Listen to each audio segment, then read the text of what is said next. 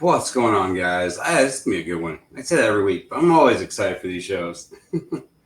I hope everybody out there is alive and well. Well, if you're listening, you're definitely alive. So, before I jump into things, welcome to episode 48 of the Gainin Fast on Memphis podcast, a place where we connect melodies to memories with both fans, artists, and some of the most interesting people in and around the music community. I'm your host every week, Aaron Schreiber. If you are watching tonight, go ahead and just drop where you guys are from. I want to know where everybody's watching tonight, and if you can, go ahead and share the link too. It'd be awesome. But as you saw at the beginning of the episode, we are presented once again by our great friends over at Arlo Revolution, cinematic wedding films, music videos, and promos. Find them at arlorevolution.com, as well as our two on-screen sponsors, Art on a Higher Wire by Joelle, original and custom artwork inspired by her life moments, treasured photos, and memories. Find her all over Facebook. I mean, anywhere you look, you'll find Joelle, And then Corey Oliphant and the original church choir. I'm happy as hell to have them every week supporting this show. It means so much to me to have them on board. So if you are looking for ways to support the show, every week I do talk about our heart of the show is our Patreon. Tiers start just at $1. We just recently reached our current goal at 75, so I did up it to 100. So we are going to do a really cool giveaway here in a couple weeks. I'm going to figure out what we're going to do, but we are going to do a really cool giveaway coming up. We do have room for a couple more on-screen sponsors. If you guys want to look into that, I'm going to drop the Patreon link in tonight's chat for you to check that out. So the on-screen sponsorships are awesome, as well as a lot of our sponsorships. They are all tax write-offs with Patreon. And one of the coolest things I forgot to talk about last week that we just started doing, our Patreon has started doing, is annual sponsorships.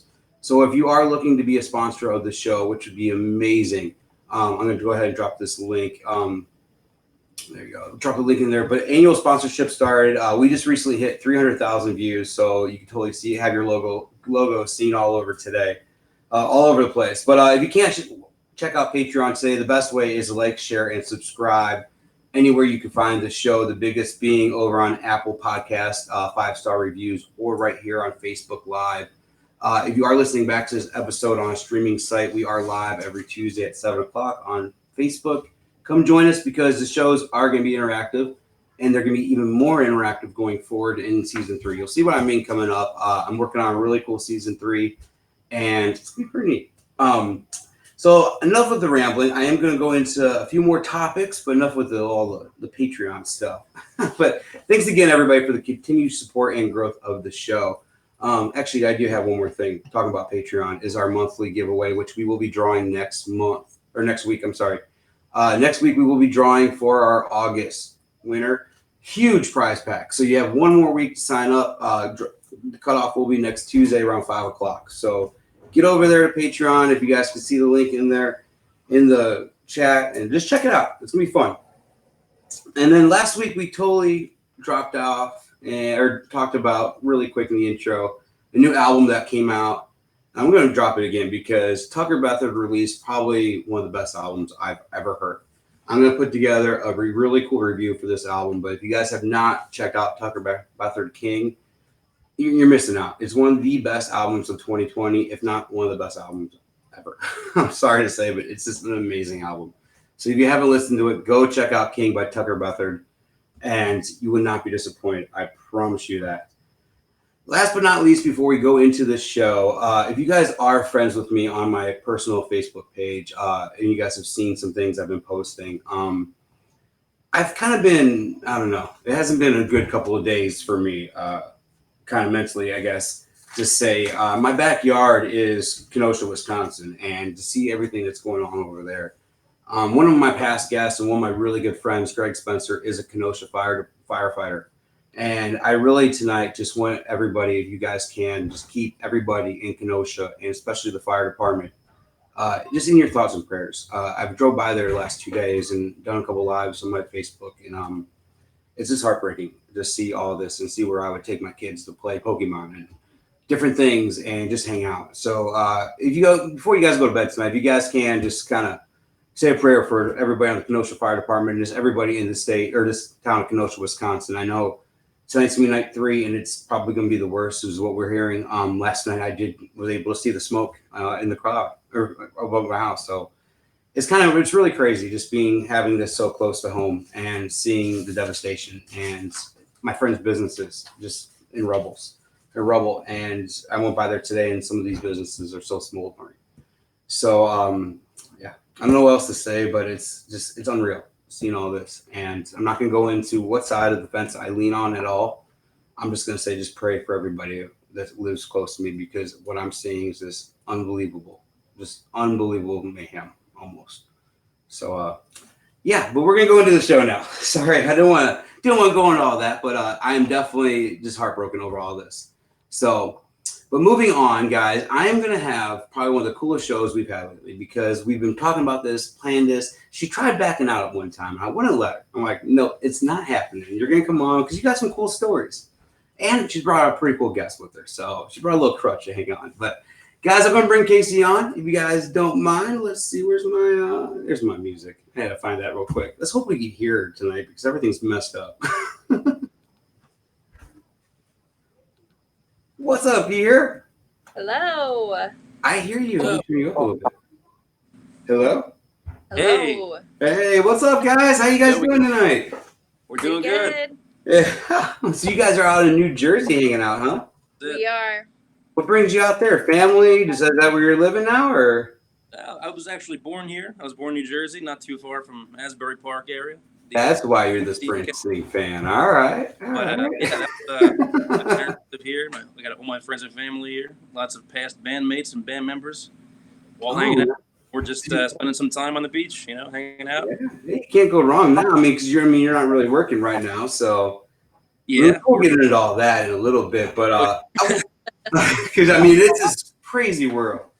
But what, Kaycee, you your first church show was 2010. So about 10 years you've been hanging around with the choir. This crazy little nut job, we call it, the church choir. Totally. What got you? We know what got Francis into the music now. Being that close to Bruce Springsteen growing up, you cannot love music. So, what got you in? What started you off? Is this your love for music? Yeah. Well, my dad gave me zero influence. I shouldn't give him zero credit. He's more of a sports talk radio guy. But I did get a little of like the old country, a lot of Merle Haggard, even into like Alan Jackson and Garth Brooks and, more of those 90s artists, Toby Keith. But my mom, they actually call my mom the concert queen. So it definitely comes from my mom. Big into 80s hair rock, like everything Gurney, everything Queen, everything Aerosmith. Oh my gosh, that's actually John Bon Jovi's guitar. Oh, really? There you go. Another New Jersey guy. Yeah, he's from New Jersey. Who would have known? So yeah, my musical history definitely came from my mom. When I've kind of liked all genres as well. So my uncles used to call me a teeny bopper because I definitely had my NSYNC days. And then my mom was big into Shania Twain and Dixie Chicks, so I kind of crossed all different genres and different musical backgrounds. And I think everybody had like a NSYNC boy band day. At least a little bit. And if you're not, there's nothing wrong with admitting it now. Right? So totally. That's a pretty good background. And definitely growing up and having all of that just kind of combined into one. So your first church show at 2010. Was that by accident, or did you kind of just plan on going to see Kenny, or what was it a Kenny Chinese? No, it was a Miranda show, right? It was Miranda. Yeah. So I was definitely, Miranda Lambert had actually come to the fair, and I'm from Sioux Falls, South Dakota. So she had come to the fair on the free stage, I think, probably when I was about 15 or 16 years old. And ever since then, I had kind of followed Miranda. I obviously was a broke high school and college student, so I couldn't get around to see her as much as I wanted to. But I just loved everything. She was the gritty badass, back. We were watching her on Nashville Star, man. I know she didn't win that year, but she kicked ass. And I was like, man, this girl's gonna she had that Greyhound Bus for Nowhere, I think it was her first song or whatever. I'm like, man, this girl. Me and Charlie Talking and New Strings, a lot of the old stuff is kind of what sold me. Anyways, she came through Brookings, South Dakota, where I went to school at South Dakota State. Mm-hmm. And anyone else that was going to open, I just love music. At the time, I really didn't know much about Eric. I probably had only heard at that time Two Pink Lines. And going there and seeing Miranda and being in the pit, as you can see, I'm going, who is this guy? And all of the band is like sticking their tongue out and all the rock signs are going up and you're just going, what? Where am I? And I can't say I was 100% on board. Like, I liked it, Were but I you kind of wasn't scared like, at first? this is my guy from the first show. It took me a few years until that Kansas City show. So Kansas City show, what year was that in? That was 2013. 2013. Yeah. So Yeah. when did you guys end up meeting? Was it like when did you guys with all of this? Yeah. So we met in 2013. Okay. He was actually in a different band based out of Reno. Yeah, they're Hellbound Glory, based out of Reno, Nevada. Okay. And actually, they opened for Eric quite a few times before I joined the band. So that's a whole other chapter. We were on the road. We were opening up for Kid Rock and Buckcherry. It was like a 3 or 4 month long tour and kind of winding its way through the Midwest in the winter, you know. And we hit Sioux Falls, South Dakota. And we incidentally met. Who would have thought? New Jersey, that's crazy. But and then that, you know, rest has been history. But you know, we were up there. That's good. I mean, this is cool. I mean, so 2013, man, 7 years. That's a good run. I'm not gonna lie. Not these days, that's a good run. No, but that's just a cool story because like you guys are both such good fans of music. And what I laugh about is I always would tell myself after I broke up with my ex years ago, I'm like, I'm probably gonna meet my like wife at like a country concert, just like somewhere around music. And I'm meeting my wife at a country music festival called Country Thunder, which was the craziest thing. But it's funny how that works because you guys are so in tune and so much love music, and that was what brought you guys together in the first place. So I'm sure you being kind of from the rock background and the 80s hair metal on this side, you guys kind of had a lot of bonding to talk about at first, huh? Yeah, you know, there's eras, then there's genres. Like, you know, we connect on most things, but Eric somehow happens to bridge both of those things. He covers all the terrain. So it's like we kind of actually bonded over the Eric Church thing. Like 2013, 2014, she started to get into it pretty heavy to Eric, and I was just there listening. I was like, well, that's great. Who is this? You know, as every album would come out, I'd hear it and be like, I love the production, I love the musicianship, I love the songwriting. So I became a de facto fan pretty much over those 2 years. And as far as our rock background, my Jersey Shore background, it's perfect. Oh yeah, for sure. And coming from a music background, I mean, sometimes it's hard to be a fan because you're so damn busy at times. But did you think seeing kind of like from just an artist standpoint, or just from being in a band and being a drummer, the fandom that was kind of growing behind Eric Church, which was his church choir. Have you ever seen anything like that, like in your career yet? Probably not to that magnitude from a new act, you know, somebody who for the last 10, 20 years, but obviously the Springsteen thing.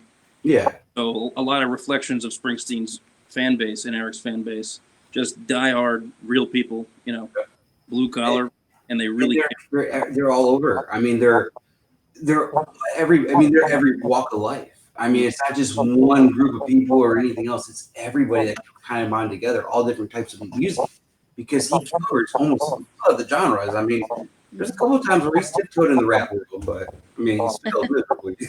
I think my favorite quote of all time is actually Levon Helm from the band. He said, "There's two genres, two kinds of music, and there's good and bad. Yeah, If it's good, it's good. If it's bad, we all hit it." Yeah, I mean, if you're listening to a song, you're gonna bob your head and you're gonna enjoy it, and if not, you're just gonna turn it.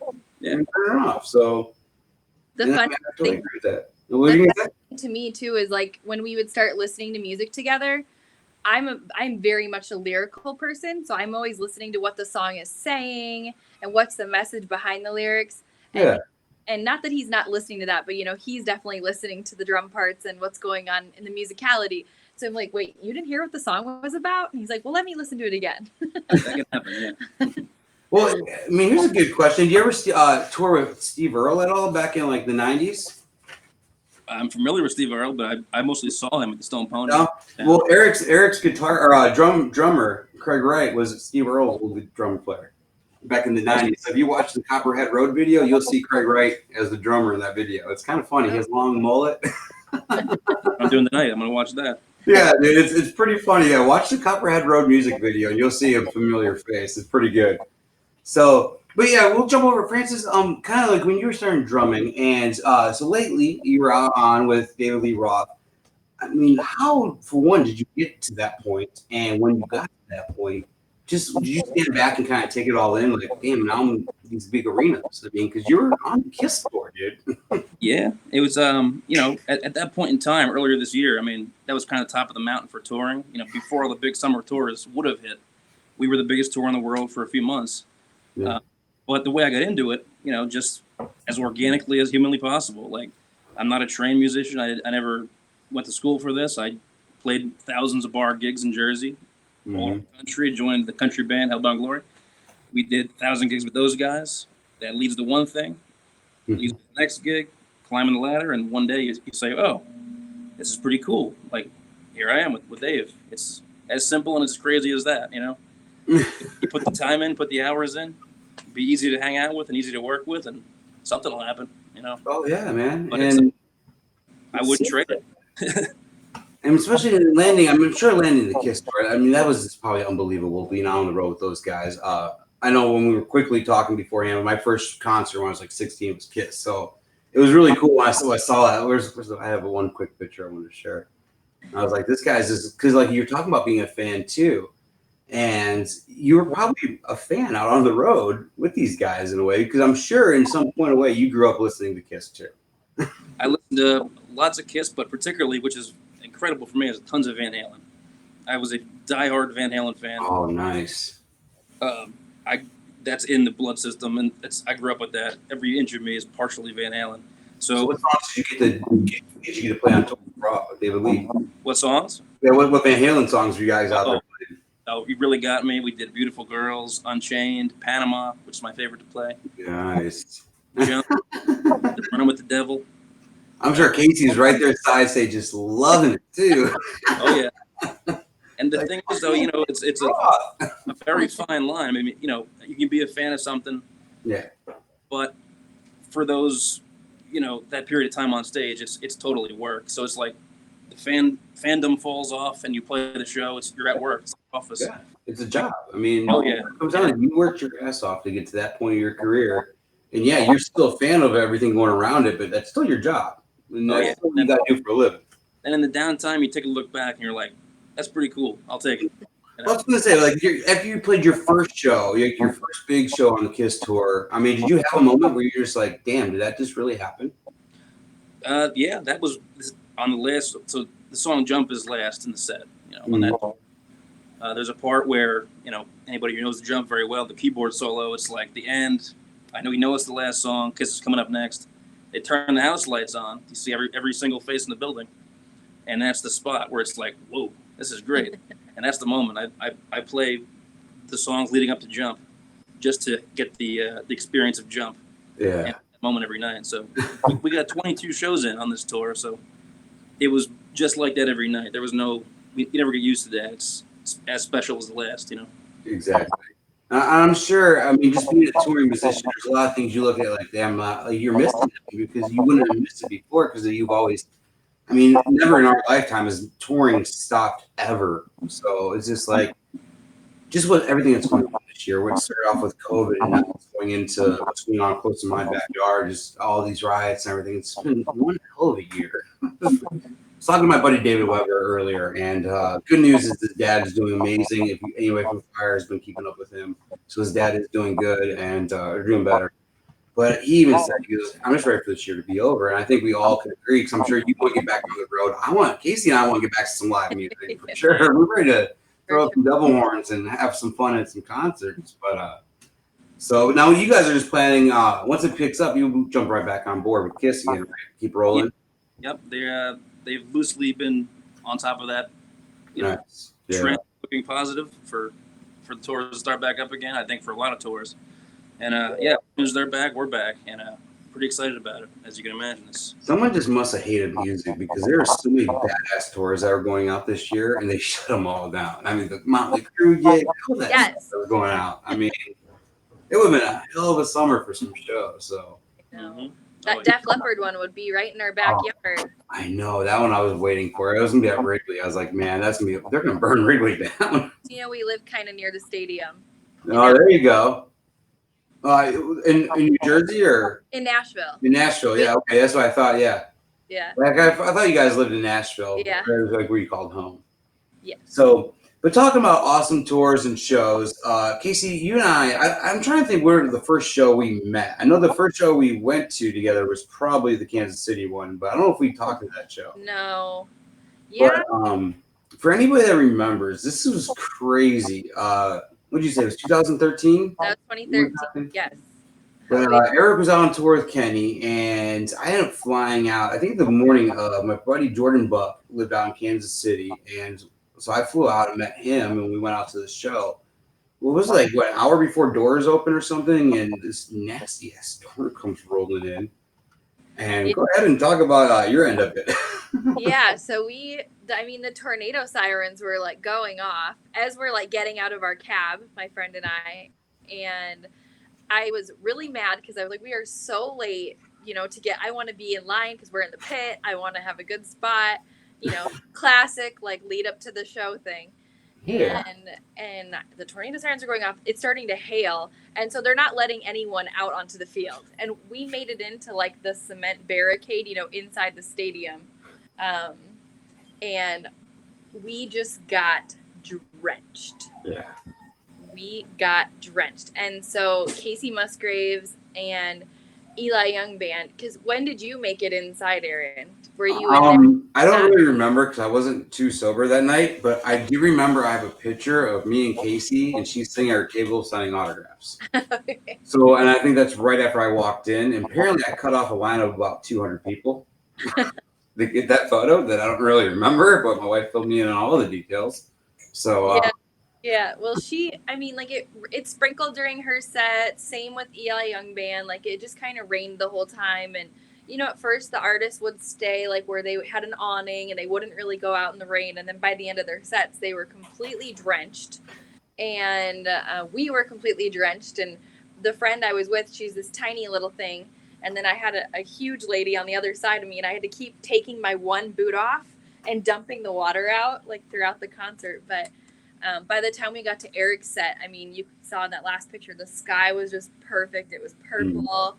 And I completely fell in love. I think he did like Jesus Does, like pretty acoustically, and like it was a different vibe for sure when he came out, because I think he really played off what was going on.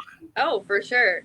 And they kept saying, like, every artist, maybe it was bullshit, but I'd like to believe it was true. But they were all like so genuinely like happy and impressed that so many people stayed out in the rain for them. And collectively with the 4 artists, it ended up being like 8 hours that we stood out there in the rain. So we left early or not. If we left, I don't know if we left after Eric played with Kenny. No, I think we might have stayed to the end on that one. Because it rained all through Kenny's set. Yeah, I think we stayed to the end because I was going straight from the venue back to the airport. And I think I think I was kind of wet going back to the airport, if I don't remember. I'm trying to think of it. But I know I was going back to the airport. Or I had a hotel room next to the airport. I was soaked when I went back. I think I had a hotel room next to the airport. I think that's what it was. And I was flying out early in the morning. Yeah, that was a crazy one. It was just insane because I remember we all piled up into a van and we were trying to watch like a DVD player, and this nasty storm was blowing over, and you just watch all these people walking because a lot of people didn't even have any cars there, and we didn't know what was going on. The sirens are going off. We're like, all right, is this gonna be like one of these? What's going on now? So it was definitely a scary night. Or scary. I didn't care as long as the lightning went away. As long as we got a show in, right? Right. That's all we need. We need to get a show in, which we did. It was a really fun one too. It was awesome. So, and that's what Eric was coming out and doing When I See This Bar with Kenny. Mm-hmm. Yep, that was awesome. So definitely a good time. Oh man, I'm trying to think back of some other stories from that one, because that rain was just nasty. I remember just people, and it was just like the whole parking lot was shit everywhere. Everywhere you look was blowing, because we were out there tailgating, and there's this stuff blowing everywhere, and people just walking around not caring, and No way was super out there. They never are. Right. That's the day of the cell phone signal loss. Oh yeah, I What had was my phone in my friend's purse because I didn't want it to get wet, and so he was trying to text me, and he was looking at the radar. And I was on stage in Burlington, Iowa, looking at the radar between songs with Hellbound Glory. I'm thinking, wow, that was really bad. And her phone's going to voicemail. I'm thinking, boy, she might have got sucked up into the clouds here. Oh man, right? It was the weirdest set I've ever played. Part of the Kid Rock tour, one of the last few shows. But what a weird. When you were out with Kid Rock, how was that, man? Because that's probably pretty wild. Yeah, it had its moments. A lot of this, just like the Erica world. Yeah, I'm sure. But his was Jim Beam, wasn't it? Yeah, we had the Jim Beam sponsor on that one. But yeah. But it was fueled. It was a fueled tour. For us, we had to do 35-minute sets. Yeah. So it was Who like were you with at the time? Hellbound Glory. I'm trying to think. There was it was Buck Cherry and Kid Rock. Yeah. Who was this? 2013. 2013. Yep. I'm trying to think if I saw any of those shows. I've seen a lot of the Kid Rock shows. That was my guy back in the day. I don't know about 2013. I'm trying to think. It was probably shortly after I got married, so I don't know if I went to any of the shows on that tour. I think the only time I've seen Buck Cherry was probably with Kid Rock. It was years ago. Yeah, there's patches of that tour that I don't have. Sure. But it was awesome. Like we had a short opening set, then we get to hang and watch both other bands and party all night. So it was a lot of fun. Do you find yourself watching a lot of the other sets and kind of just taking stuff in? If possible, if we haven't left, a lot of times we have to leave early and hit the road. Yeah. But if we leave, I'm watching everything. I can't get enough, And now, vice versa to you, Kaycee. I'm sure there's been a lot of shows where you got to kind of hang outside stage and watch it. Now, for you, do you feel like that's a different experience, or from kind of being a fan at first and having that? What's your kind of feeling on that? Yeah, so I was also known as the crazy girl pretty much before I met Francis when it came to concerts. We all are. I was, just like all of you, I would get up very early and get in line for a concert that didn't start until night. And I would do all of the things that I could to make sure I was in the pit and got to be where I wanted to be. But the first time I can remember him taking me into, +1 privileges, we'll call it. We were at a music festival in Austin, Texas. Redfest. And so, I think in our little tent area, it was like Cassidy Pope and Parmalee and, some of these newer up-and-coming country artists. But, he was very much so, all right, we're going to try this out. Don't speak unless you're spoken to, and don't ask for pictures or autographs. We'll see how this goes. That's all he had to say. So man, I'm telling you, it's hard too. All the opportunities I've had, and there's a couple opportunities where it's like, okay, I gotta say something. I gotta do something here. It's like, no. Yeah, that's like being in Nashville though too. Like, when you see people, depending on where you're at, you're just let them be, watch from afar. But if they show up on Broadway, I always say it's fair game. They want to be seen. Yeah, I agree. I definitely agree with that. I live really close to where the Chicago Bears training facility is and where a lot of them live. So there'll be a lot of times where I'll run into the Bears at different places. And if they're out there with their families, I don't really mess with them. But if I run into one in the parking lot or something, like, hey, man, can I get a photo real quick? Or can I shake your hand and say, hey, man, there's one player, his name's Johnny Knox. And I've seen him around town a bunch of times. And I was actually at his last game because he got injured. He was a Bears player and got injured pretty bad. And so I'll see him around every now and then. So he's like, I remember you from here and there. I'm like, yeah, dude. I'm like, we run into each other way too damn much. There's just be random places I'll run into this guy. So, but it's always fun, especially like when you're seeing people out. But like trying to, like if I get to hang out backstage at different things, or the night where I got to hang out with like side stage and watch Eric, and just kind of watching. To me, I kind of noticed I watched more fans. Mm-hmm. So last year I worked security for a week out of Milwaukee for a couple of shows, and I actually got to stand in front of the stage and look out and see everything. And it's like, for me, I kind of watch all that because I want to see what I look like when I'm at a show. Because a lot of times when you go through the emotions, I'm seeing it in everybody's faces when I'm looking out in the crowd. So it's kind of nice to see it. Yeah, and for me, it's really different when I'm watching him play too. You would think that like I'm I don't know, such a critic or something, but I just get out there and I'm trying to see what everyone's reaction is, as if it's going to be negative or something. But I'm just like, how are they responding? Are people dancing? Are they excited? Like, Francis, does it make you nervous when she's at the shows? What's that? Does it make you nervous when you know she's at the shows? Oh, no, not at all. If anything, it's just, in the best of ways, one more thing I have to worry about during the show. But she's going to drift off and, into the she'll have a backstage pass. Under in Gene Simmons' dressing room, just hope. Exactly.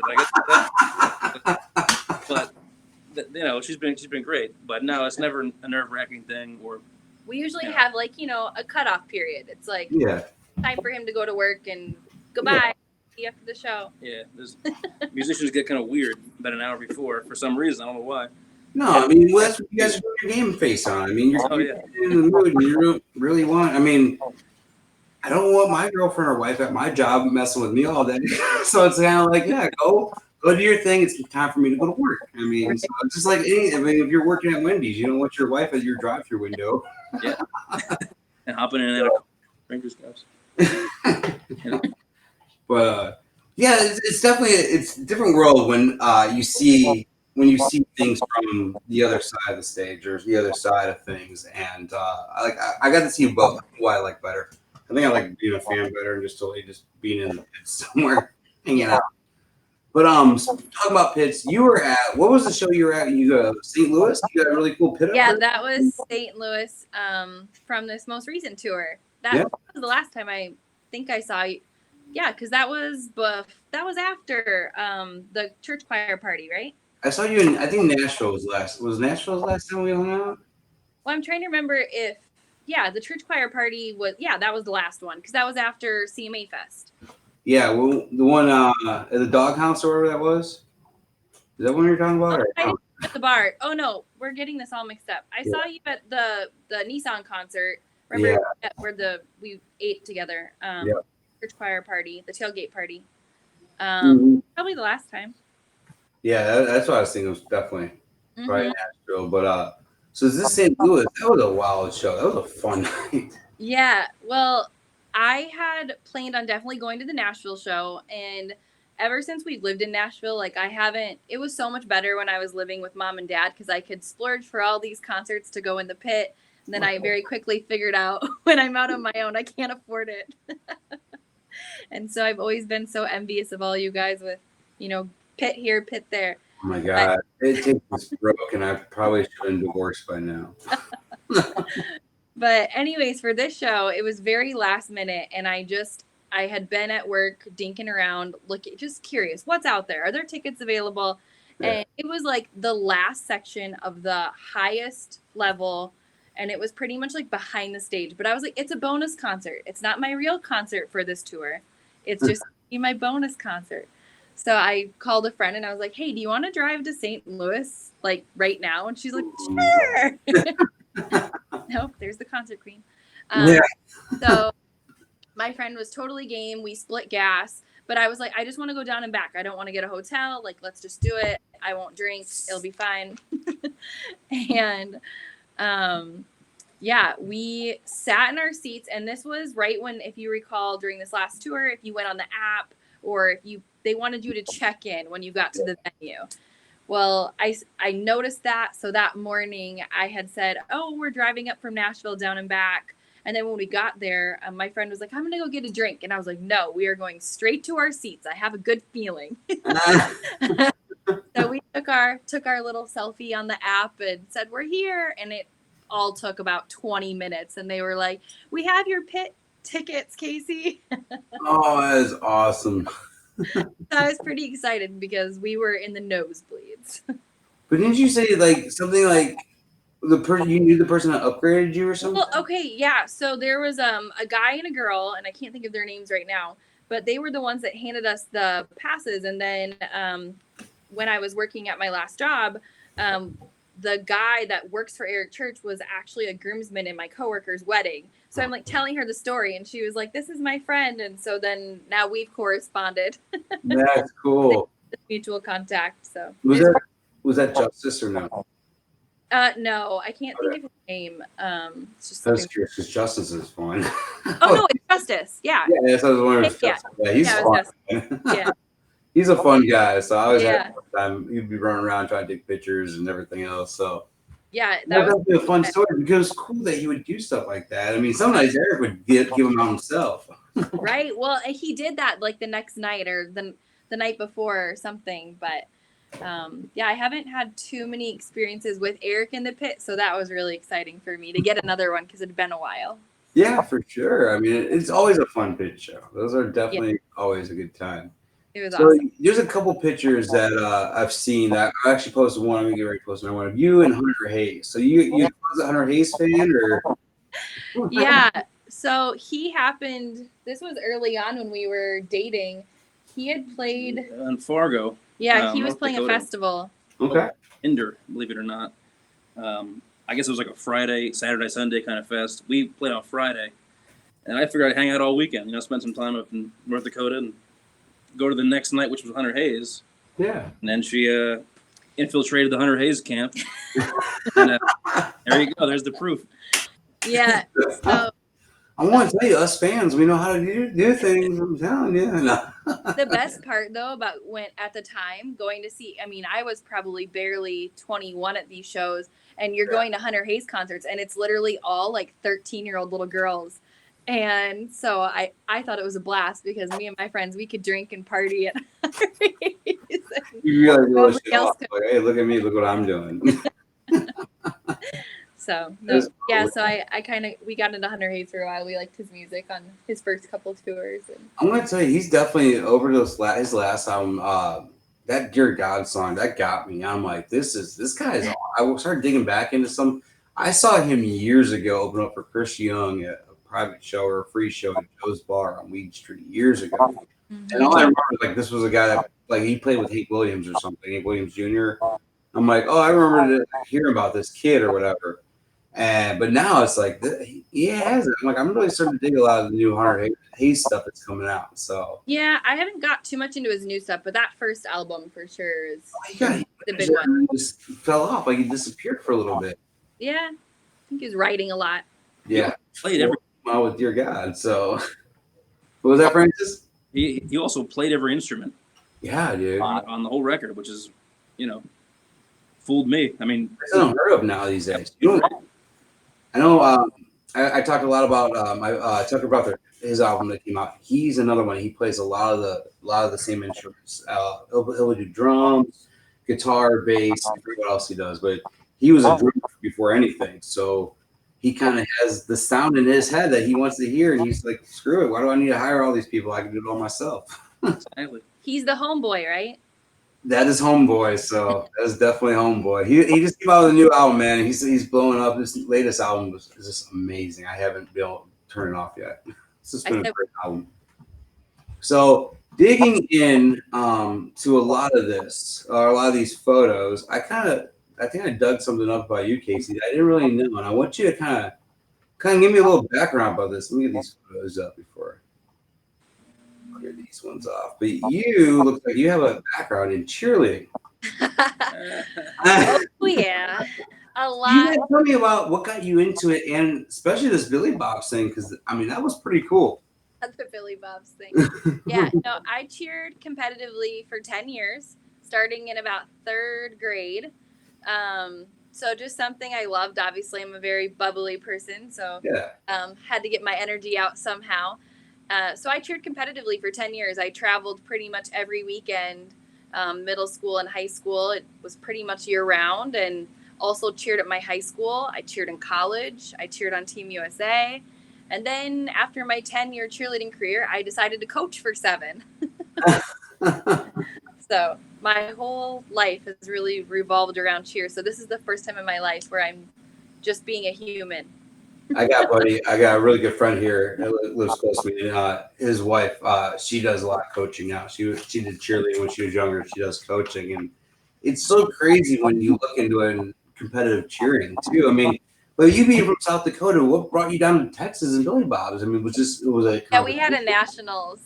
There was a national competition in Dallas my senior year. And that was actually my very last time competing on the mat. So it was a special trip, and our coaches always tried to find something special for us to do as a team for bonding. You know, we went to the St. Louis Arch, or we went on a sleigh ride in Kansas City, or we rode Rock and Roller Coaster in Disney World together. So we would always try to make fun memories together. Yeah, that's really cool, though, especially Billy Bob's. I mean, I've been there once. I got to see Eric there years ago. It's just really cool. Like, I know I saw pictures that you posted of all the handprints and stuff on the wall. It was really cool just to see all the history in that building. Yeah, they did line dancing lessons for us. That's what we did there. Oh, hey, look at that. So what was one of your favorite cheers? What was the name of it? Oh, well, we don't actually, that's the misconception, I guess. Mm-hmm. We don't actually yell at all anymore. Oh, there you that go. went extinct when I was in about 7th grade. There's no speaking. There you go. Too athletic now. I know my wife, when I first met her, I don't know what it was. She had some kind of cheer she'd always say. And I'm like, man, you keep saying, it used to get in my head. I wish I remember it because she was in it, but she just did it in high school and then she was done. Yeah. Sideline cheer, you cheer, but in competitive, you don't. Yeah, it definitely looked, when I was going through all the pictures and picking out different things for the show tonight, it definitely looked like one of your passions was cheering. Oh, for sure. I want to bring it up and definitely something to talk about tonight. Yeah. So we got the drummer that's passionate and cheerleader that's passionate over here. Totally. I always say it too. I mean, you'd think those worlds are completely far apart, which they are, but everything's based on a beat. So, you know, it's performance too, man. Yeah. And we played some of the same arenas. Yeah. Did you ever get to play Billy Bob's? No. Kinda. No, I'm just kidding. There you go, kind of, right? We should bring you out. You can have a guest appearance. Yeah. I'm retired. That's funny. So I know we briefly mentioned Bruce Springsteen earlier and kind of like the fan clubs together and everything, but I want to kind of dig into that as I throw my marker around. I kind of want to dig into that a little bit more and see just kind of like you being from New Jersey and seeing, do you see kind of Eric and the way he's developing as a young Bruce Springsteen, or what kind of, I know Kaycee being the big Eric fan, you being the Bruce Springsteen fan, what kind of similarities do you see with these guys? So the Bruce thing, he started at a time, you know, when there was no formula. There was no anything other than, you know, big band and swing and jazz and country. But the big rock and roll concert stadiums and arenas, they kind of invented that, you know, like the Springsteen era, you know, Garth Brooks kind of chimed in the 80s and 90s and exploded that thing. Bon Jovi, obviously, Mellencamp, Seeger. I think Eric's been given this awesome set of tools from like the predecessors to just, you know, step right into where they left off on a lot of great stuff. And everybody was chomping at the bit for it, you know, like, again, I bring up the blue collar working class thing. That's everybody, you know, that's all of us, you know, we're especially musicians. That's where musicians come from too. So I think Eric taps all those buttons pretty effectively, you know? Yeah, I agree. And that's why I know when Kaycee and I were kind of talking about the show and just different things we were going to talk about. And definitely I saw the comparison and I wanted to see what kind of like coming out of New Jersey and seeing if you, like, I really think that from like my generation, Eric Church is the Bruce Springsteen of my generation. I know my cousin is a diehard, I've mentioned it before, is a diehard Bruce fan. He lives out in West Virginia, and I want to take him to see Eric sometime because I really think he's going to see a lot of the same similarities and be like, damn, dude, this is why you've been following this guy. Okay, I see it now type thing because he reminds me so much of Springsteen. And with the marathon shows and having songs that, I mean, because a lot of people don't know, Bruce Springsteen didn't have many number ones. I don't think he had Never had one. A couple. And yeah, I think Eric might actually have more number ones than Bruce Springsteen. he does, yeah. Yeah. And which is crazy because he built it off the fan base, kind of like what Eric's done. Because honestly, there's really no other fan base that I've seen kind of come together like the church choir other than Bruce's fans. Because I mean, Eric doesn't have a Broadway show yet, which you never know with church. You never know what's going to happen. But it's been cool, like to kind of see how Eric's kind of molding himself almost behind Bruce Springsteen and Bob Seger, and seeing that he's going to be kind of like one of those guys, and not really. He's kind of growing out of the country format. Oh yeah, and I think that's kind of like in a lot of ways, Bruce. Many people might not know this, but didn't really start in per se rock and roll. He was kind of folk singer songwriter, which is kind of like country in a way. Like it's, you know, it's very word heavy, very lyric heavy, very You I mean, know, when you take the Eagles back in the day and play them now, it's country music. yeah, I mean, Eagles been a country music band for years, and we just never really picked them out of country music. But nowadays, what is country music? Anything can be country. I mean, 'cause everything is country now these days. You got rap country, rock country, you got all of it. So, and I like that it's such a wide genre. So, but like you said before, I mean, there should be two genres: good and bad. I like it or I don't like it. yeah, and that's up for everybody has their own, you know, internal compass on that. You know, so that's the beauty of music, the beauty of art in general is you get a chance to make a decision. Do you like something, or do you like something a lot, a little bit, or dislike? So it's. But one last thing on the Bruce and Eric, both of those guys, unlike a lot of other acts that come to town, they come to all the towns throughout the world. A lot of bands and acts come through for people to come see them. That's great. But I know Eric and Bruce, they come to see the people. Yeah. Like it's they've managed to do that. They're transparent. They're honest. You know, and you know that's what more could you ask for? You know, an artist that's there to entertain you specifically, and they'll do whatever it takes. It's different every night, long shows. It's a party. So yeah, Eric's not gonna. I mean, Eric's gonna make sure that you're gonna go home feeling like you got your money's worth. I mean, he's gonna. He's gonna give you everything, like he says on stage. I'm gonna give you everything. I think Bruce is the same way. I mean, they'll play these 2 hours a night, and I even take a break sometimes. And what's cool about it is because they have the song catalog to do it. Because the such diehard fans, they could play a song that was never a single or never had a video, and they would know it more than a single. I mean, that's why it's crazy seeing that Bruce never had number one. So I'm like, I always think back, I'm like, what did he do to piss off the industry? I mean, we all know Eric's done all over the years. I mean, he keeps doing it year after year, but he was just himself. That pisses everybody off, apparently. Whereas, I mean, nobody can mold him. Nobody can make another one of them because you can't copy that. Yeah, I'll take that any day of the week. I'll take something that's real and honest. And he also said, if people work too hard for their money to come spend it at your show to not be entertained. And so that's his day of work. You know, for people who worked all week, you know, that's their weekend. They deserve the best.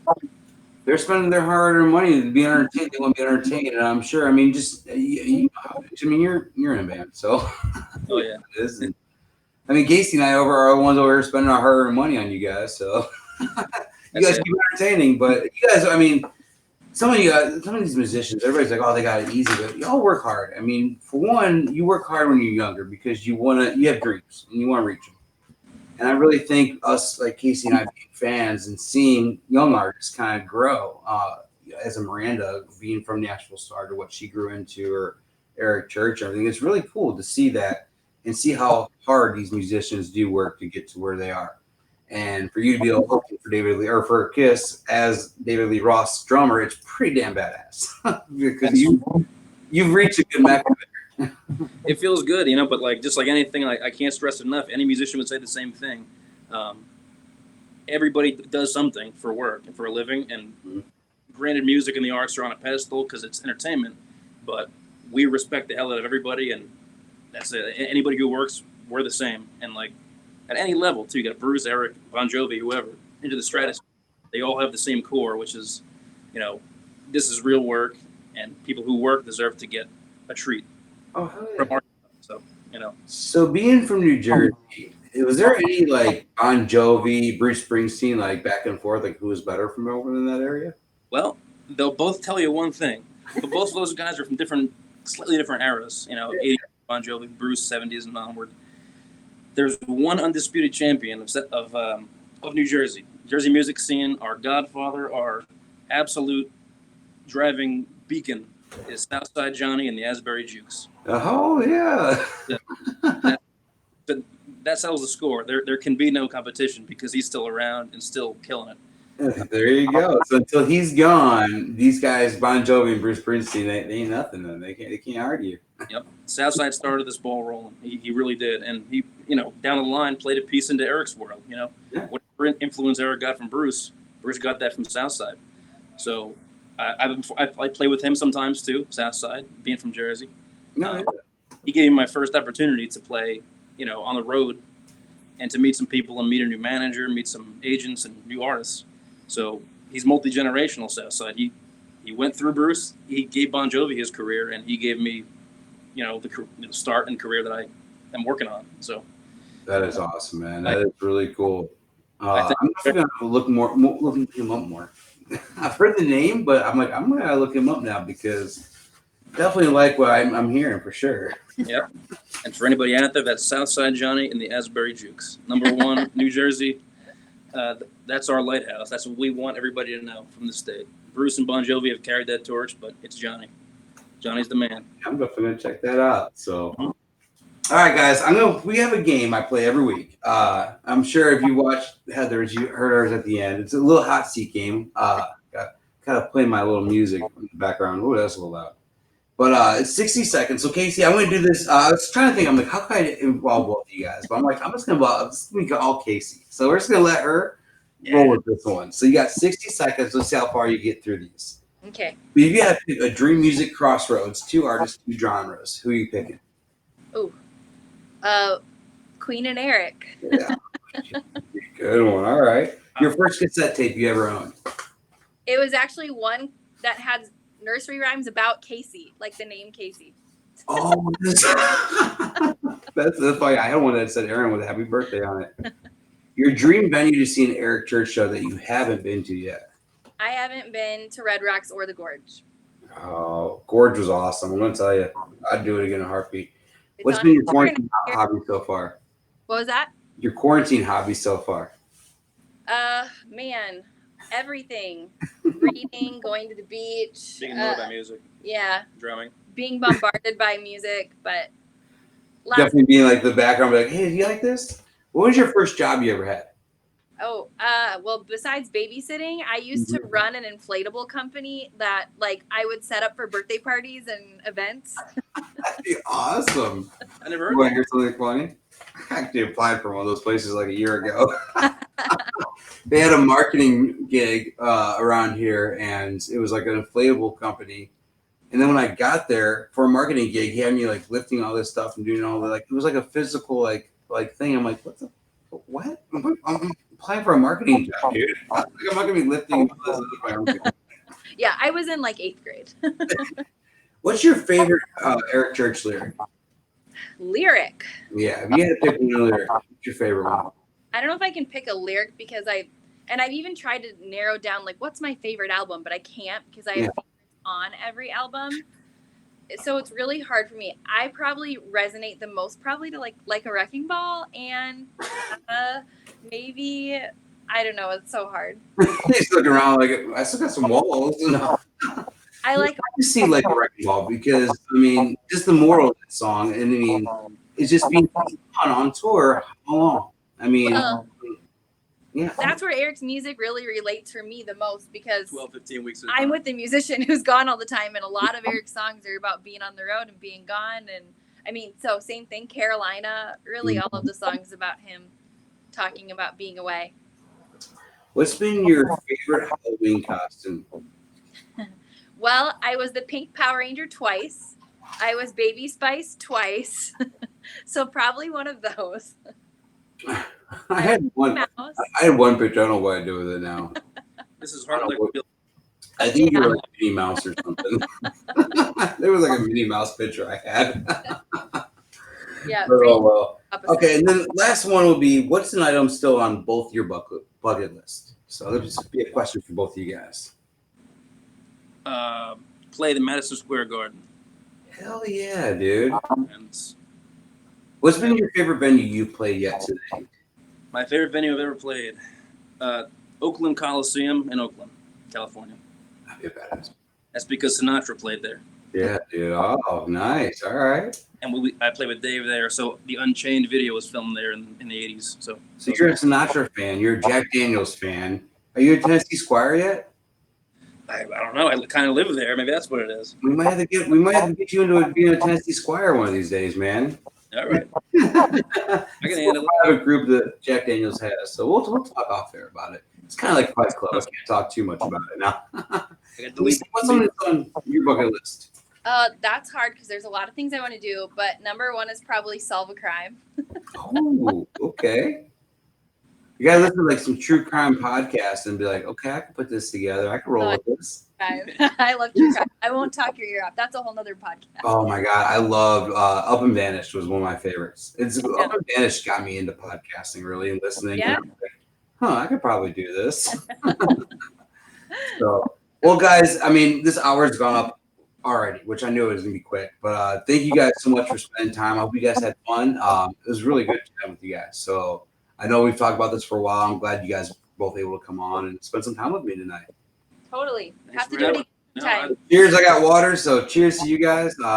Thank you guys so much. Stay safe out there in 2020. I don't know what we're gonna get next thrown at us, if it's gonna be killer clowns from outer space or what's coming next. So probably golf balls or something. oh my god, I don't know what we're gonna have. But good luck with you guys with everything, and I hope to see you guys out on the road sometime soon, man. I hope to catch you guys when you got with Kiss, man. I definitely want. That was my first concert. It was my 6-year-old's first concert. And if I can make that my 3-year-old, but soon to be 4-year-old's first concert, that'd be pretty badass. If you come to a gig, I'll make sure you get the works. All right, man. I'll let you know. Because that'd be kind of fun, man. Because it's definitely be cool to take the boys out. So, all right, dude. You guys take care. And like I said, stay safe, and we'll talk soon. Amen. All right, guys. All right. Another amazing show tonight, guys. So if you are on our Patreon, there's going to be no after show. I know I made that for the next 3 weeks. Just I'm kind of getting some stuff together before we roll out season 3, which I can't wait for. But tonight, man, thank you guys so much for joining us. This was awesome to have Kaycee and Francis on. Just kind of watching Kaycee, just being a fan of Eric, has been so cool over the years. And just running into her different shows and just hearing her stories is why I wanted to have her on, because I wanted to have new fans and old fans. And when I said that way back when, I don't even know if Kaycee remembers this, because I always dig through my old messages, stuff I'm looking. But I said back at, I think, first season, I'd love to get some of the newer fans on and talk to them. And Kaycee was one of the first ones to reply and say, hey, I would love to come on and talk sometime. And then she tried backing out, but I got her on. We had fun, see? It was like nothing. It was like a little FaceTime call between us. So I'm sure she shook all those nerves out real quick. But thank you guys again for joining us for episode 48. I had a blast tonight, especially with everything going on in the world and in my backyard in Kenosha, Wisconsin right now. So I do say a prayer for everybody that lives in the state of Wisconsin, especially Kenosha and this area. I really hope that they find peace soon. Prayers to everybody. But we're going to roll right into September, and I cannot wait for season 3 and for us to finish off season 2. The last 2 guests for season 2 are going to be some of the best guests I've had yet. I cannot wait for this. And this is going to be fun going into season 3 and having all of this show as strong it is. We were averaging about 200, 250 downloads per month on our streaming site. Last I checked this month, we were already over 900. So we've tripled our audience over the last month. And I just got to thank everybody that's been a part of the show, that's watched any of it. I never thought I would have over 3,000 downloads of something. So I kind of take the last couple minutes of every show to talk to my Patreons on my Patreon page. So I wanted to do it this week on this show, just with everything in the world. Like I said, I kind of been feeling a little sentimental the last couple of days. But thank you guys for all the support that I've had out there. And the show is going to get really interesting and really cool over the next couple of weeks, because I'm going to be doing a lot of different things with it. And you're going to see the growth in this show. So thank you guys again for your support. And next week, we got Big Machine recording artist Tyler Rich joining us. It's going to be a great time. And I cannot wait to talk to this guy. See you guys next week.